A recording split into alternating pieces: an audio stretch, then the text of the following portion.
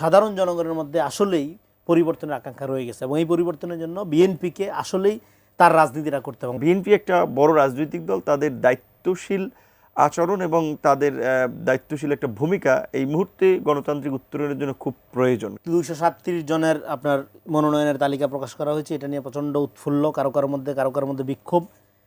এখন যেটা হলো একটা মানে লিবারাল ডেমোক্রেটিক পার্টি হিসেবে বিএনপিকে বাংলাদেশের গণতন্ত্র এবং গণতন্ত্র শুধু না, এটাকে প্রাতিষ্ঠানিক রূপ দেওয়া এবং জুলাইয়ের আকাঙ্ক্ষা এটা এই সরকারের মধ্য দিয়ে এটা মোটামুটি নিহতপ্রায়, কিন্তু সাধারণ জনগণের মধ্যে আসলেই পরিবর্তনের আকাঙ্ক্ষা রয়ে গেছে এবং এই পরিবর্তনের জন্য বিএনপিকে আসলেই তার রাজনীতিটা করতে হবে। এবং তার রাজনীতিটা কি, সেটা তাদের নেতা জিয়াউর রহমান আমার রাজনীতির লক্ষ্য সেখানে বলে গেছে, একদম শুরু থেকে 2টা লাইনই বলে শেষ করব। আগের রাজনীতি এখন আর চলবে না, জিয়াউর রহমান লিখতেছে, এখন আরও শক্ত রাজনীতি করতে হবে, এই ধারায় যারা টিকতে পারবেন না তারা থাকতে পারবেন না।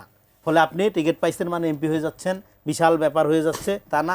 আপনার নেতা বলতেছে নতুন রাজনীতি লাগবে, যে এই রাজনীতি জনগণের নাগরিকদের ভাগ্য উন্নয়নের জন্য, একদম আপনার নেতা যেরকম মাঠে ঘাটে করে বাংলাদেশকে গড়ে তুলেছিল সেই জায়গায় সেই ধারার রাজনীতি করতে হবে, না হলে আপনারা টিকতে পারবেন। নূর, অনেকে প্রশ্ন করছেন যে নির্বাচন শেষ পর্যন্ত আসলে হবে, মাত্র 3.5 মাস সময় আছে। মাঝে মাঝে বিভিন্ন স্টেক হোল্ডারদের কথাবার্তা শুনলে মনে হয় নির্বাচন ভণ্ডুল করার জন্য তারা নিজেরাই যথেষ্ট। আবার ধরেন একটা পক্ষ তো আছে নির্বাচন না হোক তারা চায়, কারণ হচ্ছে এই কারণে চায় যে নির্বাচন না হইলে তারা এখন যে সুবিধা টুবিধা নিচ্ছে, ধান্দা ফিকির করছে, সেটা তো নির্বাচন হলে বন্ধ হয়ে যাবে। কারণ নির্বাচন তো সবাই সংসদে যেতে পারবে না, সবাই সরকারের পার্ট হবে না, সো তাহলে তাদের ধান্দা ফিকির বন্ধ হয়ে যাবে। কারণ এখন তো সরকারের অনেক স্টেক হোল্ডার তৈরি হয়েছে।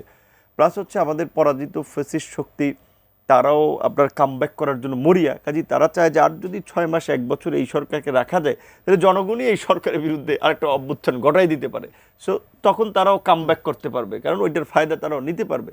সেটা অনেক পক্ষ চায় না আবার নির্বাচন হোক, কিন্তু আমার মনে হচ্ছে যে এইখানে সত্যিকার অর্থেই বিএনপি একটা বড় রাজনৈতিক দল, তাদের দায়িত্বশীল আচরণ এবং তাদের দায়িত্বশীল একটা ভূমিকা এই মুহূর্তে গণতান্ত্রিক উত্তরণের জন্য খুব প্রয়োজন। কারণ হচ্ছে তারা যদি মিস্টেক করে তাহলে আসলে নির্বাচন আরও দেরি হতে পারে।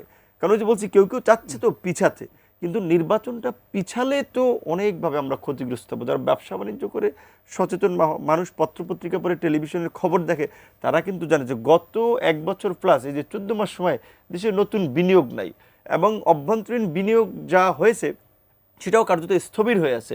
ব্যবসায়ীরা লস, কারণ সবাই কিন্তু একটা বলছে যে ইলেকশনটা হোক তারপরে যারা সরকার গঠন করবো, ওইভাবে একটা দফা করবো। সো সবাই কিন্তু ওয়েটিং ফর ইলেকশন। সো সেই ইলেকশনটা না হলে কিন্তু একটা বড় ধরনের বিপর্যয় আমাদের সামনে আসবে। কাজে আমরা চাই যে রাজনৈতিক দলগুলো আলাপ আলোচনার মধ্যে দিয়ে, সেটা পর্দার আড়ালে হোক কিংবা মানে পর্দার একেবারে ওপেন হোক, একটা ঐক্যমতের জায়গায় পৌঁছাক। এবং সরকার যে জুলাই সনদ, ঠিক আছে, আমার কথা পরিষ্কার, আমরা এই সংস্কারের জন্য এই সরকারকে ম্যান্ডেট দিয়েছি। যদি রাজনৈতিক দলগুলো ঐক্যমতে পৌঁছাতে পারেনি, তারা পারেনি, দরকার নেই আপনি সিদ্ধান্ত নেন। সংস্কারের প্রশ্নে আমাদের কোনো বিরোধিতা নেই, 2-1টা দল যদি বিরোধিতা করে ওইটা নো ম্যাটার।